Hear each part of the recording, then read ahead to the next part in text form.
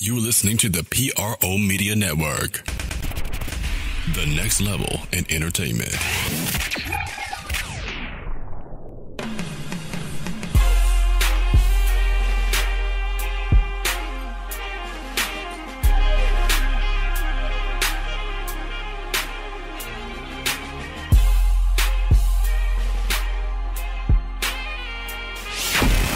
Get ready. It's time for the Sports Coma with Big Q and the guys. Telling you everything you need to know about the Saints, Pelicans, and a whole lot more.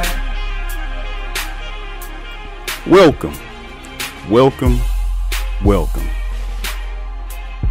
You're now rocking with the Sports Coma with Big Q and the guys. And we have intense, entertaining, educating, and enlightening sport talk from your favorite sports family. Once again, I'm Big Q. I'd like to welcome all y'all to Sports Coma Live, episode 310. That's right, 310 live. NFC Championship game, man. It's going down in a major way here in the Big Easy.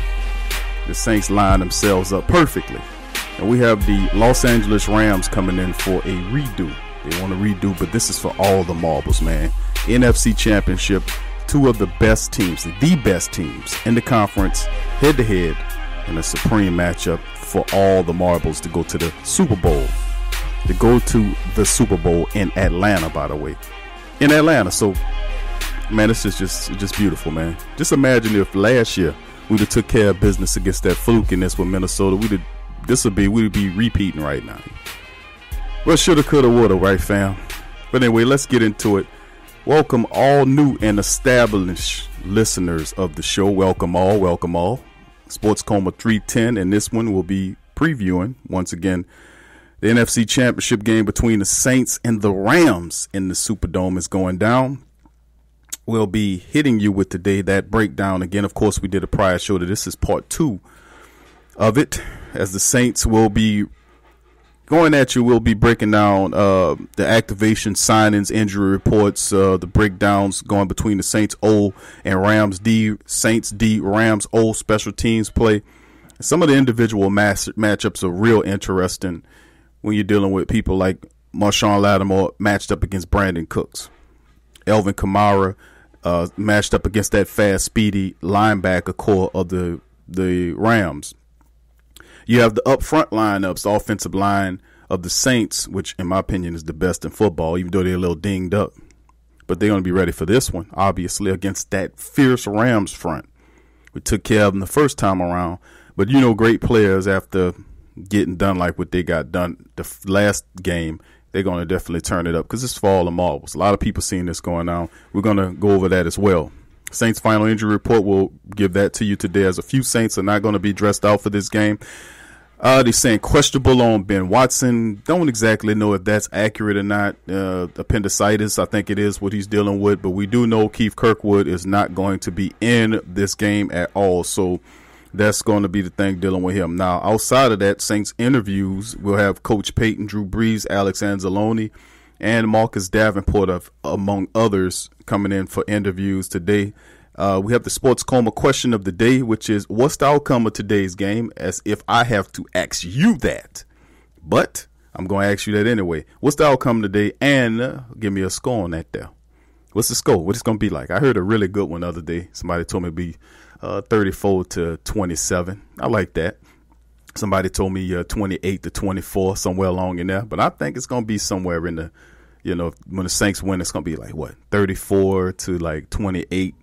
31, maybe perhaps 34, 31, somewhere in that. That's where my prediction lies. But what's yours?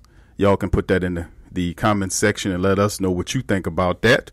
What's the outcome of the game? That's Sports Coma question of the day for today. And of course, we'll read the replies from the previous question of the day. And of course, in the second segment of the show, we'll open the phones up for live calling. So if you're out there, you can chime in with your thoughts and opinions, comments, questions, concerns on this Saints versus Rams matchup. You can get it out there live on the Sports Coma. So that's your opportunity to be in the second segment of the show. So without further ado, let's get right into it. Sports Coma 310 10, and this is what it looks like today.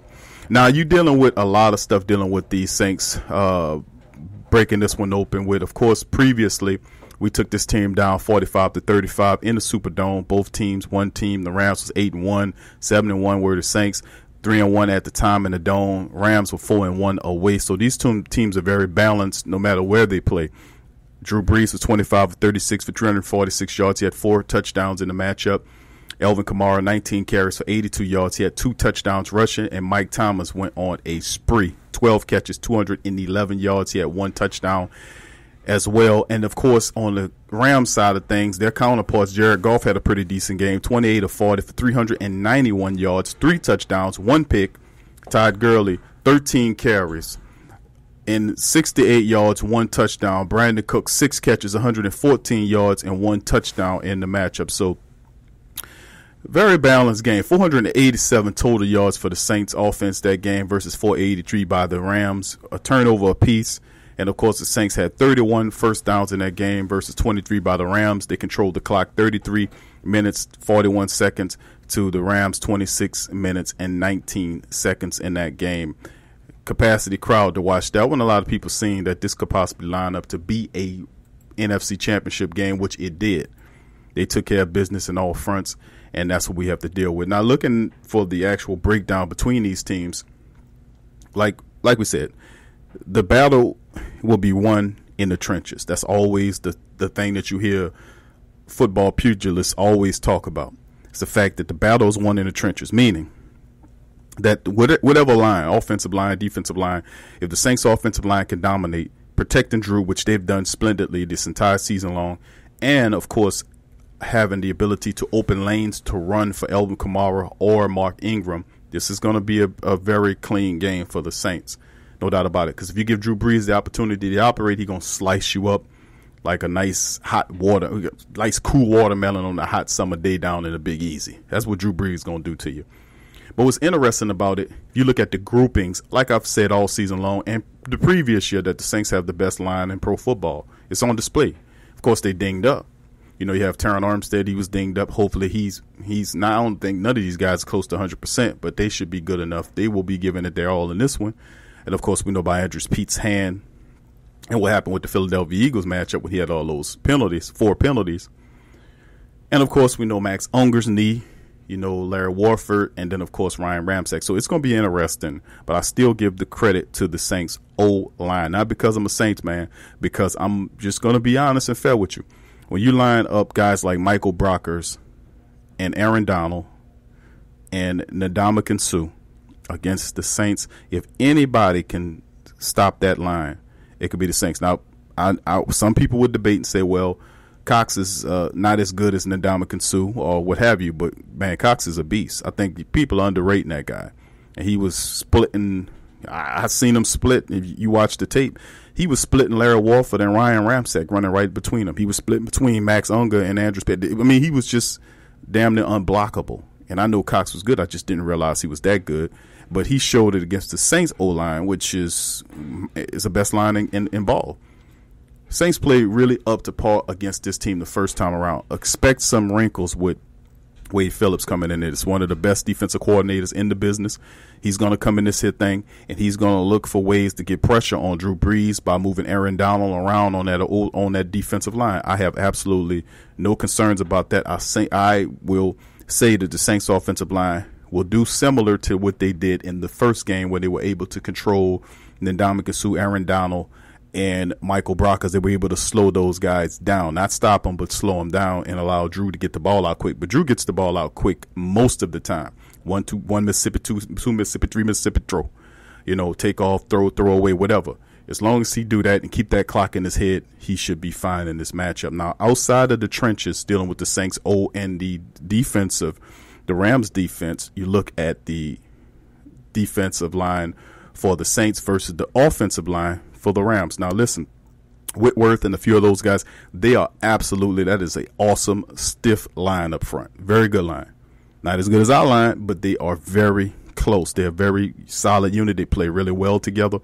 They open up lanes for Ty Gurley, who's not playing like a girly. He's playing like a manly, little inside joke. And then also C.J. Anderson, who just came on recently a few weeks. He has been lights on. When you put a bowling ball back like that, I just wish we had one of those type of backs. You know, I wish we had like a bowling ball type back like that you can just have behind Mark Ingram. And then when Ingram, you know, whatever you want, put him on extra plays, you could just whip that guy out there and just let him tear up people. You know, I wish we had a guy like that. We have a true bowling ball back like that in a while. Of course, Mark Ingram does his bowling ball thing, but, you know, like a third reserve bowling ball that we could put in there and knock, you know, the finish off games. If the, you know, when Elvin Kamara, you want to slide him out to play wide receiver and all that kind of stuff. I wish we had that kind of player. But anyway, looking at what they present, the 2-1-2 punch of those two tough runners will be really interesting against that to see how they deal with the likes of our defense, which I think Cam Jordan and Sheldon Rankins, of course, missing, which is a concern for many people to see can they emulate that. They did bring back Tyrone Walker. We covered that in the prior podcast. And, of course, Tyler Davison will be asked to step up and do a little bit more. Onyemata will have to be another guy that has to carry and step himself up and play to a higher level. And let me tell you something. Onyemata's been playing really good. And you remember early in the season, he was playing so well that there was like rotating him and Sheldon Rankins. Remember before Sheldon Rankins said, hold on, man, this dude here done reach where I'm at. Let me take it up a level. So you can, in many ways, you can credit Onyemata for pushing Sheldon Rankins to where he is today. Remember that? Yeah, I remember. So Onyemata, I'm thinking Onyemata will be on his game in this one. Really so. But the issue behind him is Taylor Stallworth, who I really like a lot. I like them all throughout the camps. And then, of course, the veteran to come back in, Tyrone Walker, who is stiff against the run, who does provide some pass rush ability. He can make it disruptive in the interior. So the O-line for the Rams, who opening up holes for Gurley and C.J. Anderson and protecting Jared Goff back there, who his numbers was better than Drew at the end of the season. And the Saints defense will have to find a way to get to that guy. Inside, they had to continue their number 2 against the run in the NFL. They stop you.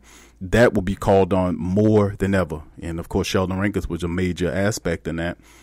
So the Saints are just going to have to recreate and keep pushing forward and keep causing it to be stiff like that, the front seven. DeMario Davis, one of the excellent cover linebackers we have. Alex Anzalone's an excellent coverage linebacker as well to go against Everett and Higbee and some of their tight ends. And, of course, the individual matchups of Brandon Cooks, who has a little payback to give to the Saints. How he was shipped out of here to New England, and New England shipped him to the Rams, and then he finally got that big contract. He's been playing really good. We have Marshawn Lattimore, who will be shadowing this guy all game long. Now, I love what Marshawn Lattimore did against Elshon Jeffrey, but no disrespect to Elshon Jeffrey. This guy is not Elshon Jeffrey.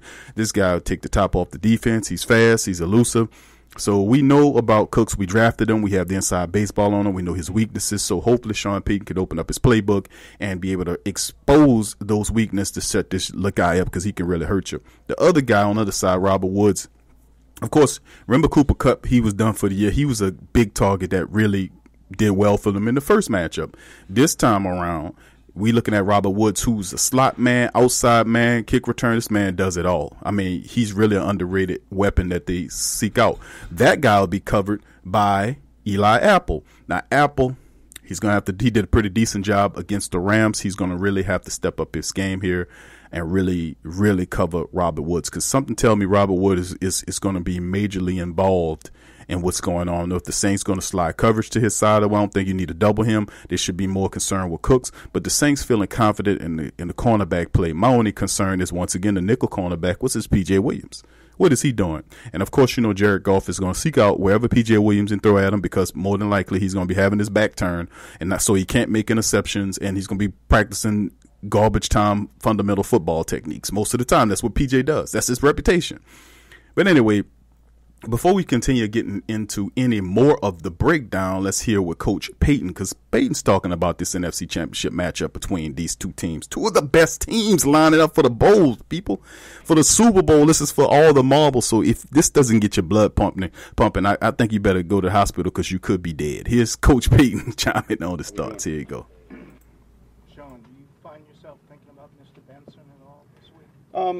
Look, occasionally we were telling a story not too long ago about him, and so that probably comes up maybe more often than just a week before this game. Yeah, periodically.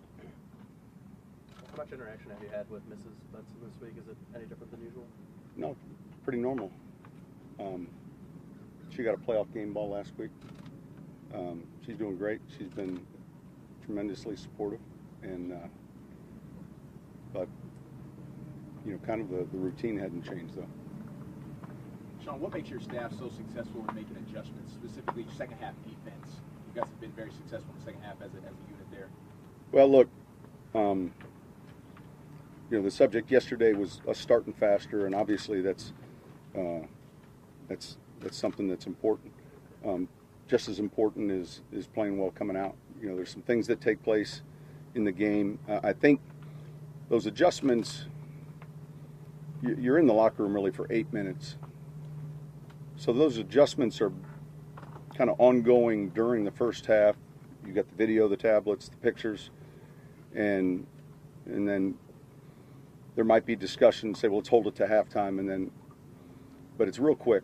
You get in there and quickly meet as a staff, and then the units, and then you're with your players, and then here we go, you're out. So it's not a long halftime, but I think that process begins during the first half.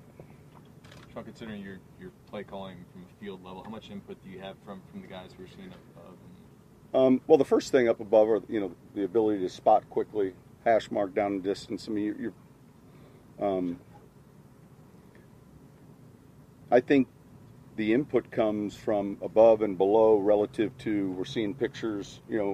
Those photos give you a real good indication as to what you think you're seeing on the field, and then sometimes you take a look at them and it's a little different. Where's the safety leaning? What kind of technique are they playing inside? So there's a lot of information gained, but I would say offensively, those coaches that are all involved in the game plan, our offensive staff will have certain responsibilities, and we'll be in the middle of a drive, and I might say to Pete, think about your red zone, your first third red zone if we're here. Think about it, and then because it's going fast, and so we've done it so long together that it works. And in the same way on defense, when Dennis is on that line, he's relying quickly on the personnel. That would be much like the spotter. What are they in? So we can get the defensive call. Do you ever communicate with Drew after you guys break the huddle? Like, do you ever keep talking? No, usually it's repeat the play, maybe some alert, and 15 seconds it shuts off, and you'd like to have that, happen. I'd like to be finished with the play call, at 19, obviously north of 15, but there's, that element of we're not at the ball right away where there's 30 and we're talking, so that would be different maybe than the team we're playing. That's Sean Payton chiming in, man, on his thoughts in the game. Coach Payton, give me a little insight there. Let's get into the Saints injury report, the final one we have for game day. Of course, Keith Kirkwood has a calf injury. He did not practice from Wednesday through Friday. He is listed as out. So Keith Kirkwood is out. Traquan Smith, step up your game. Stop being stiff. Stop looking at the game as larger than you. If you don't have any indication, play like Mike Thomas. Ted again, those guys are actually pretty good. Not saying that, whatever, but try to emulate their success, or at least a guy that you're supposed to be better than who wasn't even drafted. Play like him. So, play like Keith Kirkwood, who's not scared of anything. The game is, in the moment, it's not bigger than Keith Kirkwood. But obviously the Traquan Smith he's just not there yet. He's going to have to step up, man. We know this is a learning process. You know, he's still a rookie, but you've been through the entire damn year, man. Sooner or later, you're going to have to break out, right? But anyway, he'll have to step up, and probably Austin Carr, no doubt about it. Austin Carr will be asked to step up. The former wide receiver from the Patriots will be asked to step up and make plays. This guy catch everything thrown to him. The game is not too big for him. So one of these young wide receivers behind Ginn and Mike Thomas will have to step up. Alvin Kamara will contribute, but we need Traquan Smith to break out. And he had one game this year where he broke out and had a big game. We need him to have a solid performance in this playoff matchup. Another guy we're looking at is Benjamin Watson. He's dealing with an illness. He didn't practice Wednesday, Thursday, and he's limited in Friday. He's listed as questionable for game day, questionable with appendicitis. Now, I don't know what that means. Of course, they did activate Garrett Griffin off the practice squad. Big ups to Garrett Griffin. He listens to the show. So he did bring him in there, and we haven't heard from Dan Arnold. I don't know exactly where that is because Dan Arnold's not listed on the injury report, so he might be active. We might see might have a Dan Arnold sighting. So we'll be monitoring that as well. And then, of course, 3 of our 5 starting offensive linemen are on the injury report. Starting Andrews Petey has that hand issue. He was limited. He had full participations in both Thursdays and Fridays game, which means he's good to go. Ryan Ramczyk dealing with that shoulder. He was limited in Wednesday, but he had 2 full practices for Thursday and Friday. And, of course, Max Unger, who one of the top 3 best centers in the NFL in my book, he had a knee issue. He was limited Wednesday, had full practices on Thursday and Friday, and there is these guys, all 3 of offensive linemen, 100% good to go. There is absolutely no issues with that whatsoever. So, like we said about Ben Watson, 38 years old. We don't know exactly what that means. He's listed as questionable, but like I said before, today's questionable is yesteryear's probable. Meaning if you was listed as probable, then you would play, and if you was questionable, you wouldn't play. But today's questionable is yesterday's probable, meaning questionable. It's an opportunity you can play.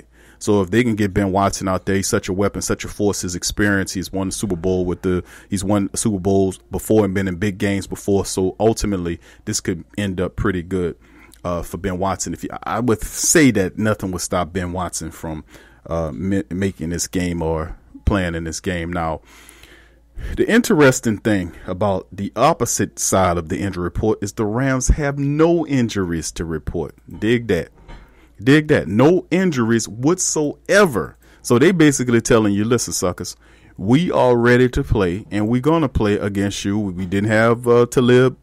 We didn't have him last time. We had a few people that was missing. We are at full steam. We're full staffed, and we ready for you, New Orleans Saints, in NFC Championship game for all the marbles. Here's Drew Brees to talk about his thoughts on the NFC Championship game. Drew, talk to us. Go ahead. Drew, we hear so much about Odell Beckham Jr. and Julio Jones. When do you think Michael Thomas is going to get some of the attention perhaps he deserves? I don't know, but you turn on the tape and watch him. I think whether you're a football professional, a coach or a player or somebody who really knows the game or a member of the media or a fan, look at the numbers, look at the results, and I can tell you as his teammate, as his quarterback, there's not a guy who prepares harder, works harder in practice. What you see on game day is exactly what we see every day in the locker room, on the practice field. Every rep is a Super Bowl rep to Michael Thomas, and that's why he just continues to improve, and he's visualized himself being in this situation before any of us ever saw it. So he deserves a ton of credit. Do you think he matches your intensity? Yeah, and and even it's 2 different positions, obviously, but I would say our sense of urgency is very much the same. Every rep I try to visualize as a game rep, a Super Bowl rep, a win the game on this rep, type deal, and he takes the same approach. So when we're able to practice like that, I feel like it carries over to the game. Have you ever noticed how his on-field persona, or been made aware of how it seems to agitate some of his opponents? Oh, I'm sure it does. I'm sure they hate him, but we love him.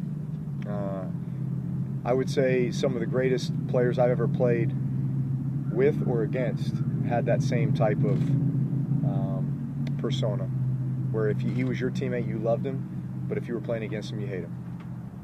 Have you talked about Michael Thomas? Have you had time to maybe reflect on the fact that so many of the guys that have contributed to this run were almost in middle school the last time the team made it this far? Haven't thought about that. Time kind of flies by. It was funny, it was just on in the lunchroom, I guess, the NFC Championship game from '09, and everybody was saying I had a lot more hair back then. So it doesn't feel like that long ago, but I guess it was. You've been here in the city for a long time, obviously. You've known Sean for a long time. Why do you think the city and Sean have sort of clicked so well together? Winning is obviously one thing, but beyond the fact that he's had success. Well, I think from from day one, 06, you go back to that time when a lot of us came here, 6 months post Katrina. All of us leaning on one another. This was a new environment for Sean. It was a new situation, first time head coach. Man, he had his hands full trying to put together a staff and a team to try to put together a winner to give, the people of New Orleans and this community something to cheer about. I think he drew the connection very quickly. He helped to create that bond. He helped to create the culture here that fits the mold of this city, and the Who Dat Nation. So I think he's always embraced that, and that's one of the big reasons why there's such a connection between the two. That's Drew Brees chiming in on his thoughts on the game, among other things. I know that reporters constantly asking questions about the Katrina years. That's like the several questions that they've thrown in about that, and the fact that Brees or Peyton have to go back to the years when they were building this franchise. And of course we know, this wasn't the first choice. Well, Sean Payton chose to come here. I mean, he didn't want to at first, but he's seen it as an opportunity because the team was basically desolate, paying out of different areas. Drew Brees really didn't want to come down here. He was chosen. Miami chose Culpepper over Drew. Both of them dealing with shoulder injuries. They said, Nick Saban said, who was the coach at the time with the Dolphins, said, "Hey, man, we're going to take Culpepper. We don't think Drew Brees is good enough." And then Drew said, "Well, I couldn't go to Miami. I settled for New Orleans." You don't like how that sounds. That's just what it is. I'm not one of those guys that paint history in a pretty light just because it's past. No, we're going to tell it like it is.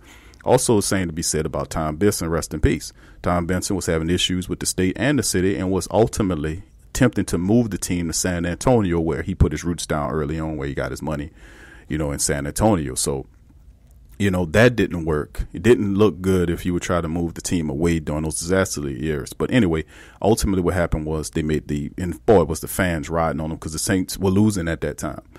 So ultimately what happened is it's just a rebirth story of the highest order when you look at it, where you were able to galvanize the team, getting a franchise quarterback and a coach, and they worked together. The harmony and the marriage between Sean Payton and Drew Brees was magical, and that helped carry the team forward. Now, Sean Payton would have learned a little faster about building his defense up like he was supposed to instead of drafting so many offensive players, then the Saints would have been having, at least during the 10-plus years that Sean Payton here, he'd had at least four Super Bowls. I mean, the offense was in the top 5, top 10 for most of all those years that they played here. So if we would have been a little bit more astute in building the defense early on, like we thought about the offense, this Saints team would have been competing like the New England Patriots were. But anyway, that's a little something from Drew Brees. A little statistics before we go into our first break. Looking at the records between these two champions. Remember, this is the two best teams in the NFC going head-to-head. The Rams' prolific offensive attack and stiff defense against the Saints' prolific offensive attack and stiff defense. Both teams 13-3 coming into this thing. The Saints averaging about 31.5 points a game, which is good for third. Usually that means when you're scoring, if you're averaging 31.5 points in some years, that means you would be like number one. But Saints are third. Who's right ahead of them? The Rams. The Rams average about 33 points a game. They're good for second. Opposing scoring averages, Saints averaging about 20, giving up 22.1 a game, 22.1 point game. That's good for 14th in NFL versus the Rams giving up 24 a game for 20th. So you think about those pieces the Rams have up front. As far as the defense is concerned, they're really struggling now. Talib wasn't there, and they have some pretty good defensive players like Joyner back there and all that kind of stuff. But if you look at the statistics, could be kind of fooling you as well. Like the ratings is fooling people too, because I know the Saints defense the last 11 games were a top 10 defense if you take out some of those other games. So the last 11 games they were in the top 10. Could we say the same for the Rams? Who knows? Now total offense in rank is the Saints rank 8. We're averaging about 379 yards a game versus the Rams 421. That's good for second. Saints rushing the ball at 127 yards a game. That's good for sixth in the NFL versus 139.4 by the Rams. That's third. Passing, the Saints average about 253 yards a game. That's good for 12th. Drew the air, that by the way, and 281 for the Rams. That's good for fifth in the total defensive rank. Saints average and holding people 349 yards a game. That's good for 14th. top 15 defense. Then you got the Rams allowing 359 a game. That's 19th. Now, rush defense, Saints are rated second in the NFL, 80.2. The Rams, 122.3. They allow teams to run for 122 yards a game. So could that possibly be the Achilles heel? No disrespect to Sheldon Rankins, of the Los Angeles Rams. Giving up, you can run on them. You can run on this team. According to the statistics, the Saints passing defense giving up 269 yards a game, good for 29th, and the Rams passing attack secondary 236.3, which is good for 14th. I know for a fact that statistic is definitely skewed when you talk about the Saints secondary. They're a lot better than those numbers. Punt return average, the Saints average about 6.5 on the punt return. That's 24th. Kickoffs, they average about 24.3. That's good for 10th. The Rams, 21.4, good for 23rd on the kickoff. The punts are 10.2, good for 10th. Turnover margin, Saints are 8 plus 8, good for 7th in the NFL. Plus 11 are the Rams, so they're very opportunistic. So that's the statistics. When we come back, we have a few more interviews to hit you with from Alex Anzalone and Marcus Davenport. Sports Coma question of the day is, what's the outcome for today's NFC Championship match? And give me a score on it. And we also have the previous replies and call in. You can call in second segment 504-475-4482. Somebody put that in the chat. Put that in the link. 504-475-4482. You can listen. You can talk it live on the second segment. Phone lines are open. Peace. We'll be back.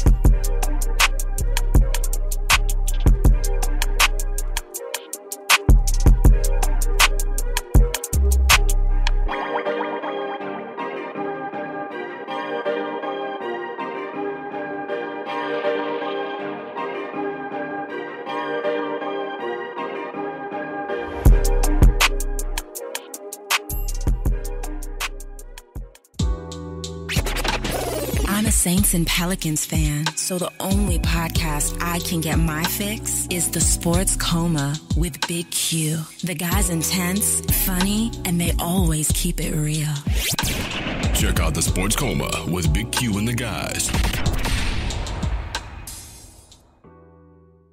Embrace Pet Insurance is more than just pet insurance. Embrace Pet Insurance promises to provide genuine support and certainty when your pet needed the most. With personalized accident and illness policies, compassionate customer care, 24/7 access to veterinary professionals, flexible wellness plans, timely claims processing, and online customer portals, their values is what makes them Embrace. So, when selecting a pet insurance company as a partner in your pet's care, you deserve a company that has your pet's best interests at heart. Get top-rated and reviewed coverage for your pet today.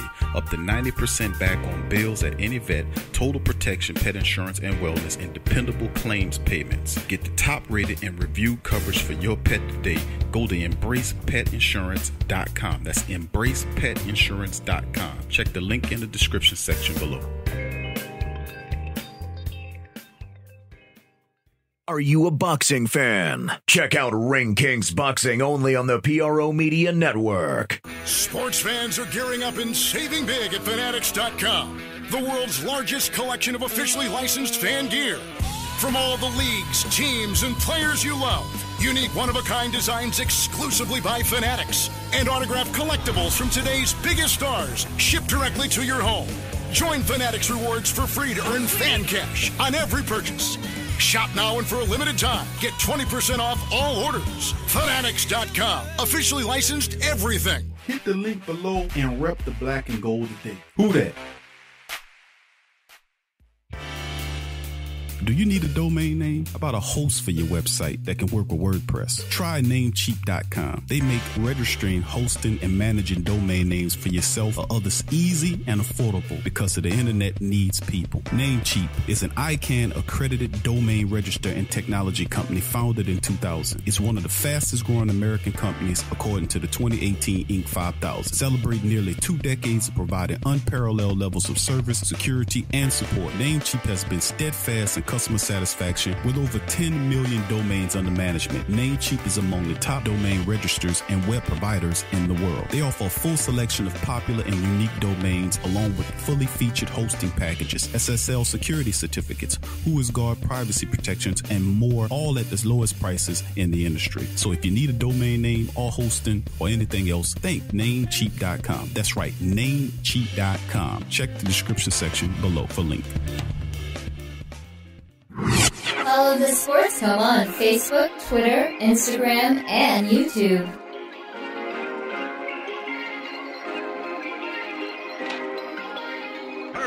You're listening to the Sports Coma with Big Q and the guys on the PRO Media Network. Welcome back to the Sports Coma with Big Q and the guys. Previewing a Rams-Saints NFC Championship matchup in the Dome. Robert Woods, wide receiver for the Los Angeles Rams, said that the Saints crowd will not be a factor. Won't be a factor. Why would you say that, man? Why would you set yourself up like that? Now you gave the crowd all the ammunition they need and you issued them a challenge. Boy, that was as smart as, I guess, kissing a pig with lipstick. I don't know, man.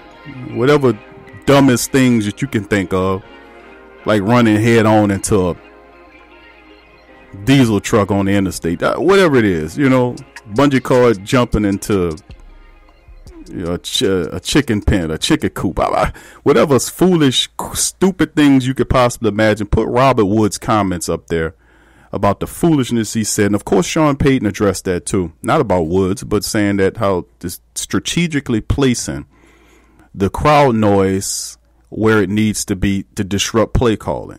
Look what happened with Philadelphia. They had a few opportunities in that game where they could have capitalized on it. It would have been a different game. But there was false starts. There were balls being thrown. Wide receivers didn't know. It was just total confusion because you can't. It's hard. Not saying it can't. You know what? I ain't gonna say it can't.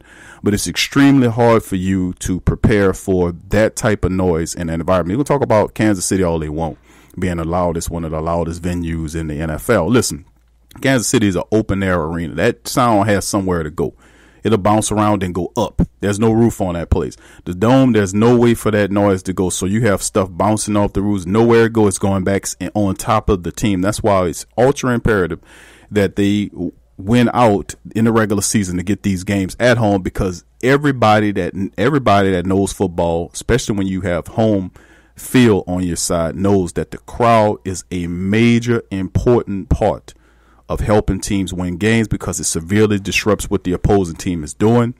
And that's one of the major ways why most teams strategically place themselves in position every year to have home field advantage. And guess what? The Saints have it.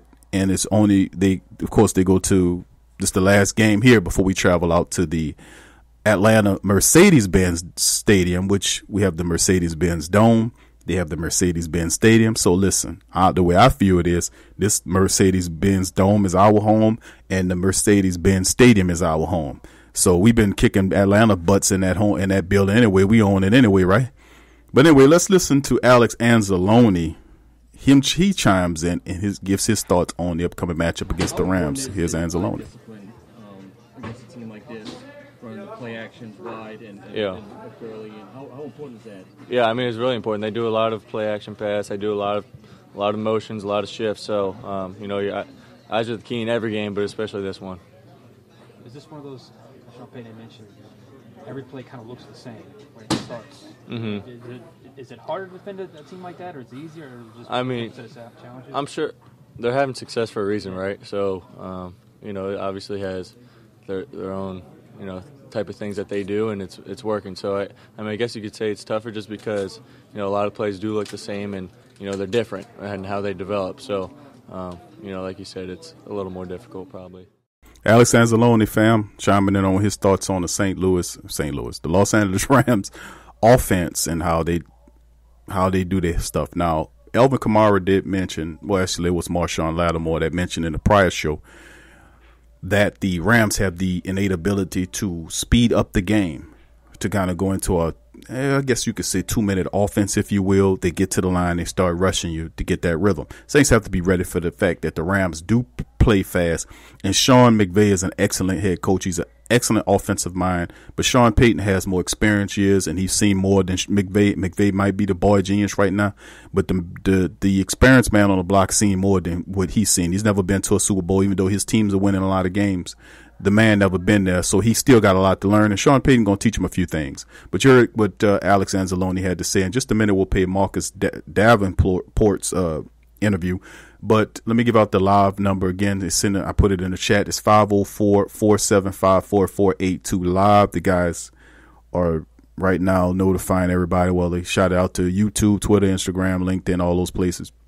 504-475-4482. You can call in and with questions, comments, or concerns. Now let's move forward. The Sports Coma question of the day is, with the outcome of today's NFC Conference Championship game, what is the outcome? And we all know Black and Gold fan what's going to be, but give me a score. What you think? My score is, I would say 31-27. How that sound? 31-27 is, 34-27. I like that better. 34-27. I like that score. What's your score, and what do you think happens in this game? You know, I can even throw something in there. Let's throw a third caveat of that question. Who will be the MVP in the game, too? Answer that, too. So it's 3 things I'm asking for you today. What will be the outcome of the game? What's the score? And who do you think will be the MVP of the game? That's a lot to ask for, but you guys are smart enough to handle it. Let's listen to Marcus Davenport get his thoughts on the game. Here is Marcus. How eager are you for this matchup, not being able to go in the last one?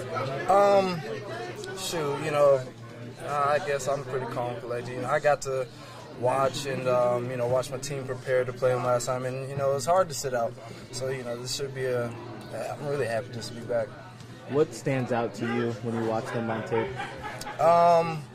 Of course, their run. They're dominant, and they move the ball so well. They're overall a great team, and this is just going to be a challenge.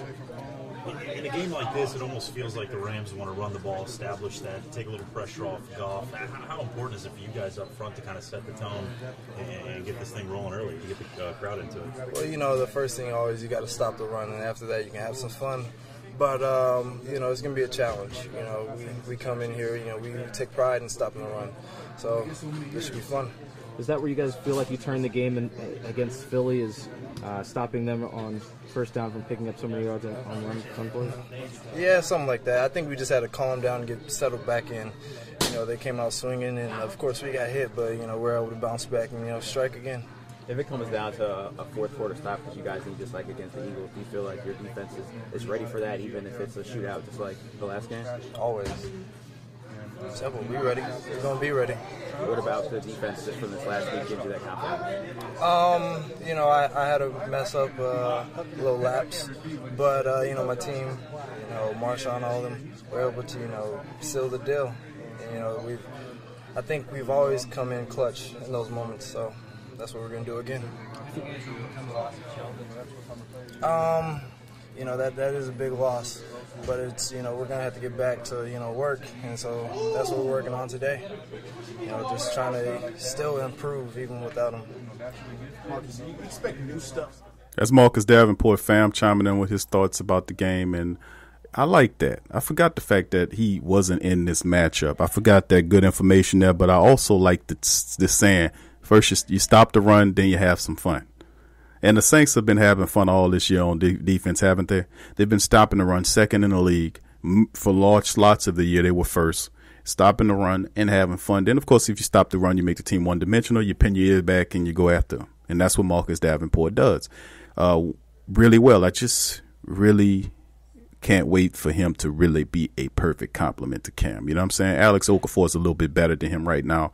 But when Davenport comes in that second year, with the power, the speed after a full year underneath him, could you imagine him? I mean, he's just like a positional pass rusher right now they use him with. But a time's coming for that kid. Big ups to him. Also, big ups to Alex Anzalone as well. I wanted to give him a shout out because Alex Anzalone follows the show as well. Big ups to him. And moving ahead, looking at all I'm hearing, I'm not hearing nothing about the experts, y'all. Nothing about the experts talking about the Saints running game. All I hear is about Ty Gurley and C.J. Anderson. That's all I hear. Can the Saints stop the run? They keep asking the same question over again. We stopped Gurley back in when we played them before, held him to 68, 69 yards, right? This time around, they're saying, oh, they got C.J. Anderson now. They had a decent compliment back when we played them before. I think it was Malcolm Brown was his name. C.J. Anderson might be a little bit better than him, but they're looking at this Dallas Cowboys matchup where C.J. Anderson carried the ball 23 times for 123 yards, 2 touchdowns. Ty Gurley was a compliment, 16 carries for 115 yards for 1 touchdown. It's hard to say he a compliment, but he wasn't totally healthy, and they gave most of the snaps to C.J. Why not? You know, altogether, they finished with 48 rushes for 273 yards and 3 rushing touchdowns against the Dallas Cowboys defense. Just one little interesting comment to throw in there. We're not the Dallas Cowboys defense. We're the New Orleans Saints defense. And where they lack, we gain. They're not as good as what we are in the interior.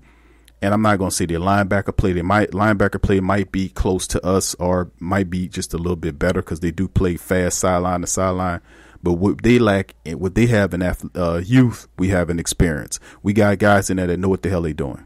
The front seven is the most solid in pro football. That's not a new statement. I've been saying that for this entire season. Even until last season, I was talking about the front seven was going to be a force. DeMario Davis just puts the cap on it. And then, of course, talking about DeMario Davis, isn't it excellent that the Saints had this sign, and they signed this guy from the Jets. He led the team, Jets last year with over 130-something tackles. This year he has over 110-something, like 110 tackles for the Saints to lead them in tackles this year. Doesn't get mentioned for any Pro Bowl invitations. You know what? DeMario doesn't care. He says, you know what? The only thing I care about is winning and winning a Super Bowl ring. Big ups to DeMario Davis on that, by the way. This is the thing, dealing with the Rams, complimenting and stopping the run and forcing them to pass the ball. Guess what? They pass the ball really well. They really do. The thing is, stopping the run, and we have to get to Jared Goff and knock them around because we know that knocking Jared Goff around throws his game off big time. Definitely throws him down. So we're going to be calling upon the Saints crowd noise to make it real difficult. And the pass rushes, Alex Okafor, Cam Jordan, Davenport, guys have to get to him as much as possible. Even some of the safety blitz when Dennis Allen calls a little safety blitzes, and we get Von Bell to sneak in there like we did against Cam Newton in the Carolina matchup. It's going to be interesting to see. And another caveat I want to is the fact that, you know, there are plays that the Saints been holding that they haven't played this entire year. Think about this. When I was at the barbershop, and I can't take credit for this, but we was having a discussion in the barbershop yesterday. And my barber, he says to me, he says, you know what? The Saints been having polling up plays. I said, yeah, they've been holding plays. He said one in particular play, I think, is the one where they slide Drew Brees way out to wide receiver, but they never throw to him. He said a time is coming when Drew Brees lines up at wide receiver. They're going to throw the ball to him, and Drew is going to throw the ball downfield. I said, you know what? That's definitely coming because they did that play a bunch of times. He never threw to Drew on that play, but I'm telling you, the time is definitely going to come when it happens. I got to agree with him on that. I was like, yep, there's a lot of other plays in there as well that we're going to see that we didn't see all season. A lot of different wrinkles you're going to see the Saints hit the Rams with because it's going to be that type of affair. Special teams. Let's look at that. I read you the statistics before the break about the special teams, and what we're looking at between the two, you got Hecker on one side and all this kind of stuff. I think the Saints have the better special team unit. Thomas Morstead, in my opinion, is probably one of the best punters, if not the best punter in the NFL. And, of course, Will Lutz should be a Pro Bowler this year. Both those guys should be Pro Bowlers. Don't discount the fact that Taysom Hill is there involved, averaging 4.7 on every time he touches the ball and he's involved in those plays. That's a huge stat for the Saints special team. So you still have people like Justin Hardy running around, Chris Banjo. Those guys are excellent special teamers. Big ups to those guys. And this is one of the games where you're going to see the Saints come alive. It won't be a lag game where the Saints come out looking crappy against the Philadelphia Eagles. Get that out of your mind. They are ready to play. This for the big dance. NFC Championship game. They haven't been here in a while. They'll be facing off against a difficult Rams club. We'll see what happens, but I'm telling you, you're going to get the best version of the Saints that you got. It's going to be similar to the Saints offense you had when they played the Rams the first time around. So that's very interesting. Sports Coma question of the day. What is the outcome of today's game? What's the score? And give me a player of the game in the matchup. What is your take on that as well? So, fam, that's what it comes down to. That's what it comes down to. Very big game. And, of course, this has been a theme all year for the Saints. And this is what they're doing. So the Saints doing the chopper style, man. The Saints doing the chopper style. They're going to be doing the chopper style all over the face of the Los Angeles Rams in the NFC Championship game. And this is definitely replacing the Yin Yang Twins, but the chop style, that's the new thing. So big up to Chopper, big up to the Saints organization. So this is going to be one of the things. So going to be interesting, man. That's what we talking about here, the chopper style, man. So it's interesting. So that's going to do it for the show today. Remember, we'd like to thank y'all for joining us here on the Sports Coma Live, episode 310. We'll be back, man. After the game, it's listed at 2:05 Central Time in the Dome. That's what we're seeing on the schedule here. 2:05 this afternoon Central Time in the Dome. It's going to be interesting, man. I'd like to thank all y'all for joining us today on the Sports Coma 310 Live Saints Rams preview. I want y'all to join us 30 minutes to an hour. Actually, it's an hour after the game for recap, thoughts, analysis. Join our Spreaker page for indications, updates, social media. All that stuff will be in the links description below. And as always, if you like the show, go to patreon.com/the PRO Media Network, make a donation. And also you can support our sponsors at the links of description section below. They got great products and services that you can get a deal on. So from me and the crew here, Sports Coma Live, thank you for joining us. Peace.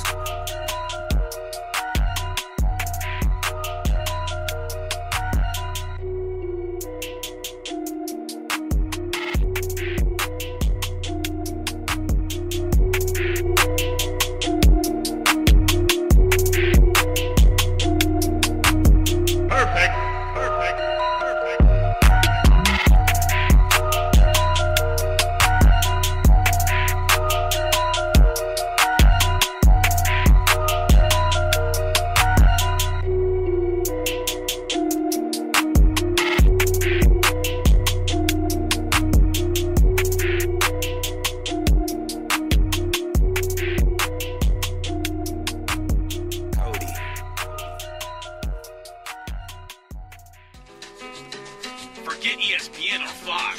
Get straight sports talk from the Sports Coma with Big Q and the guys. Thank you for listening to the Pro Media Network, who provides hours and hours of free edutainment to you and yours. If you are benefiting positively from our content, please donate to help us grow our platform by going to www.patreon.com/the Pro Media Network. That's www.patreon.com/the Pro Media Network, and support the true independent artists. Are you a Pelicans fan? Check out the Pelican postgame report on the PRO Media Network.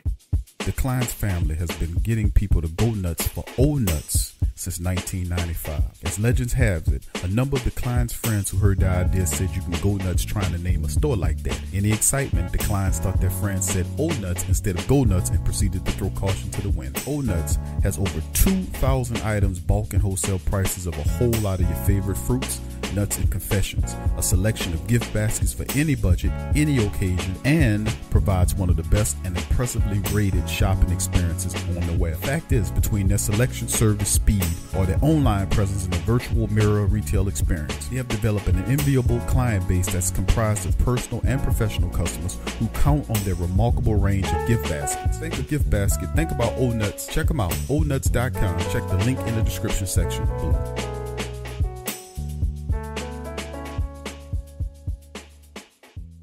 Go to newfrog.com for all of your electronic gadget needs. Fast becoming #1 online seller of cell phone and accessories, consumer electronics, automobiles and motorcycles, home and garden items, 5D diamond painting crafts, electrical and tool supplies, computer and networking supplies, lights and lighting supplies, sports and travel items, toys and hobby supplies, apparel and accessory, mother and kid items, health and beauty items, and much, much more. Newfrog.com has up to 70% off on some products. And you can check out their weekly promotions for all the best deals. Remember, when thinking online electronics and gadgets, think New Frog, newfrog.com. Check the link in the description section below.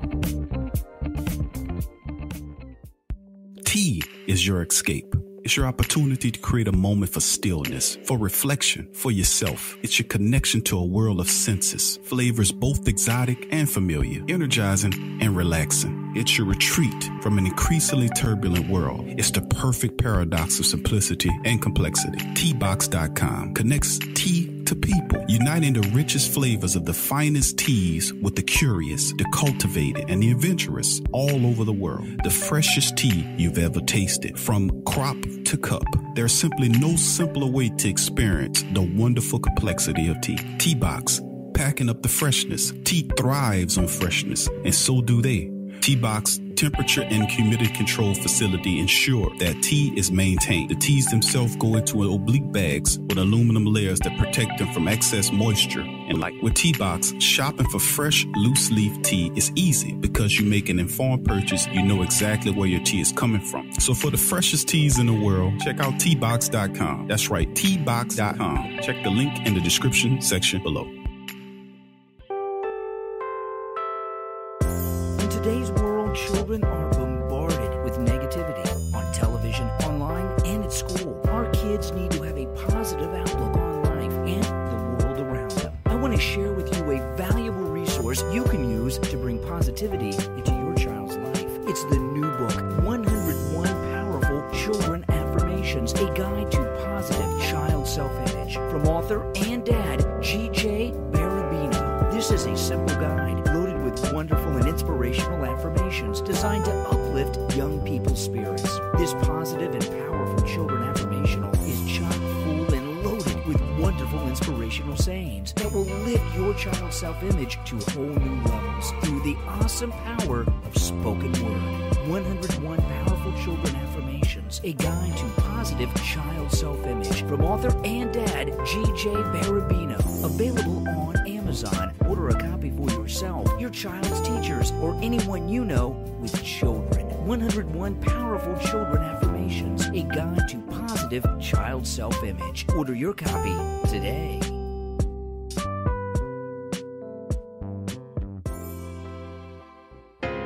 Vapor DNA is the absolute premier online vape store, offering an industry-leading selection of e-cigarettes, e-liquids, and accessories. Our friendly and knowledgeable customer service team is always ready to provide the best customer service experience to ensure you find what you're looking for. We guarantee our vaping gear shop products to be 100% genuine and the lowest price.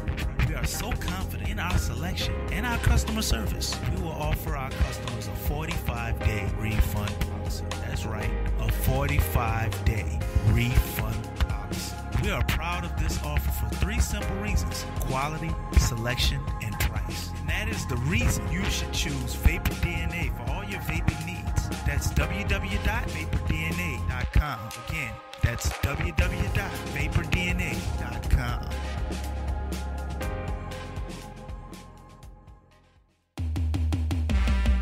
What's up, sports world? The PRO Media Network is on a mission to reach 10,000 subscribers. So besides our regular programs like the Sports Coma with Big Q and the guys, the Pelican Post Game Report, Rapid Fire TSC, and others, we will be expanding out and offering other content like movie, anime, and gaming reviews for your entertainment. So if you enjoy our content, please donate at our Patreon page. Also subscribe, comment, and share, and help the PRO Media Network reach 10,000 subs. Peace.